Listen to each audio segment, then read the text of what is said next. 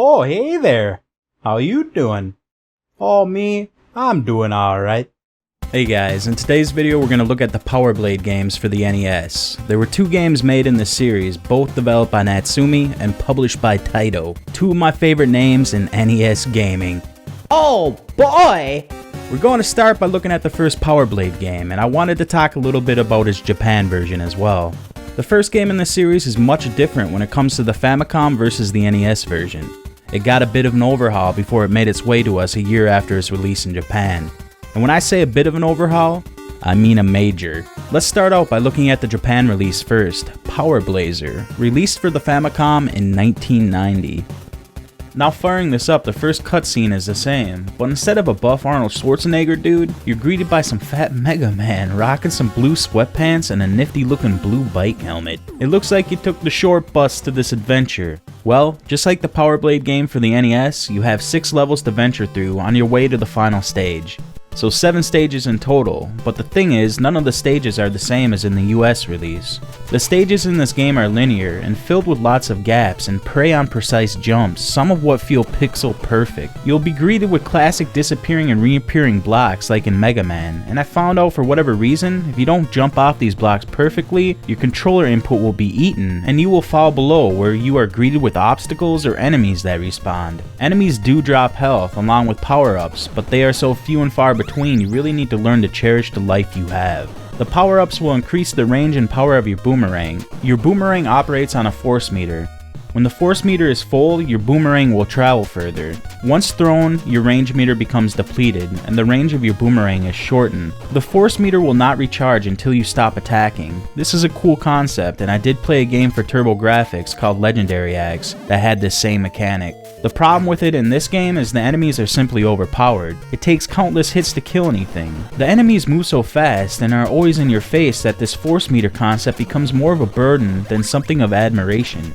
You hopelessly take damage as you struggle to kill things. It's a recurring theme in this game. If you think the enemies are bad, the bosses are even worse. One thing about your boomerang is you can only toss it horizontally, where in the NES version you can toss it in 8 directions. So in this version, you will hopelessly watch enemies float down above you to do guaranteed damage to your fat Mega Man. Truly, feels bad, man. Above the power-ups and life pickups, you can find bombs and energy tanks. The bombs do damage to everything on the screen, and the energy tanks refill your entire life bar.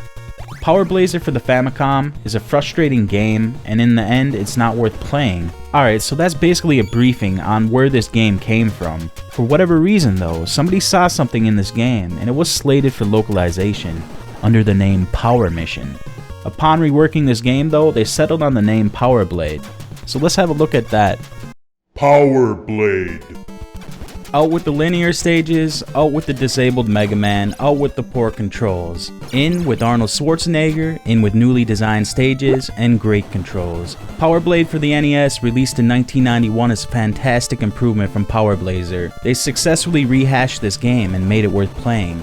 It now becomes an enjoyable game, one to have some fun with. On top of all these improvements, the game now adds a story, a driving force that incites your desire to complete the game. The story goes something like this. The year is 2191 and Earth is living in a blissful existence, is governed by a supercomputer.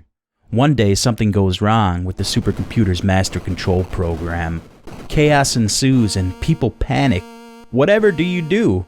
Well, the answer's simple. Summon some cool dude named Nova. For being the year 2191, the image of what's cool hasn't much changed. Here we see Nova, some buff guy rocking a tank top, muscles, and some gnarly glasses. Well, your mission now becomes to track down 6 contacts and 6 levels to gain ID cards to the security rooms of those levels. In the security rooms, bosses await, and upon killing them, you are granted tape units. You will take the tape units into the control room on level 7 to destroy the supercomputer and restore peace to humanity.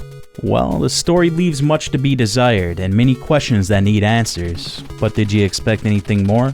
In Power Blade, the stages now offer multiple paths to take. Your goal is to find the agent in the level, then locate the door to the boss room. Sometimes the game will have you scaling all the way down to locate the agent, and then taking an alternative path upwards to find the door. I like this. It definitely added something more to the game and I appreciated it. This game loves ladders, and you'll be using them to navigate almost every alternative pathway. It puts Russian attack to shame in the ladder game.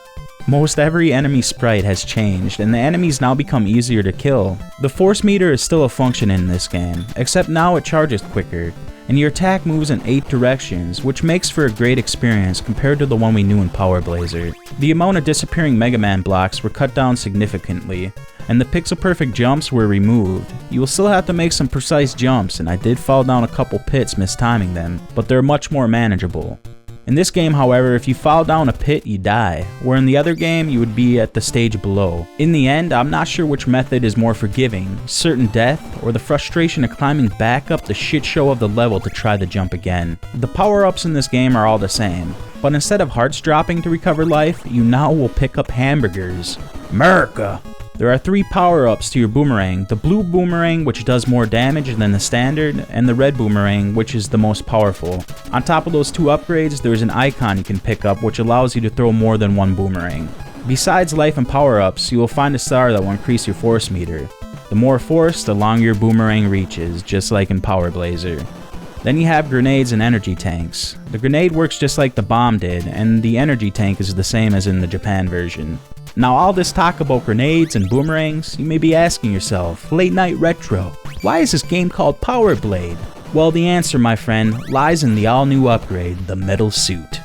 Nova is the only man on Earth who can wear it and control the Power Blade. Wow! Alright, the metal suit is a cool addition. It allows you to throw a power blade that can travel through walls for some easier destruction of one's enemies. The downfall of the suit is that once you take 3 hits, you go back to the cool dude Schwarzenegger and his boomerangs. I was never able to hold on to the suit for long, definitely not worth going out of your way for, but I never complained when I ran into one while exploring.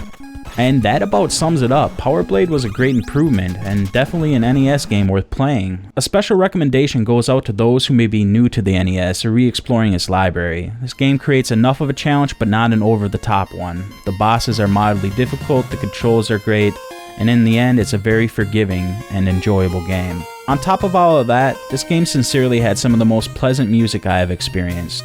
The composer who worked on it did music for the very first Castlevania game. Along with some great music, this game delivers above average graphics, so yeah, check it out.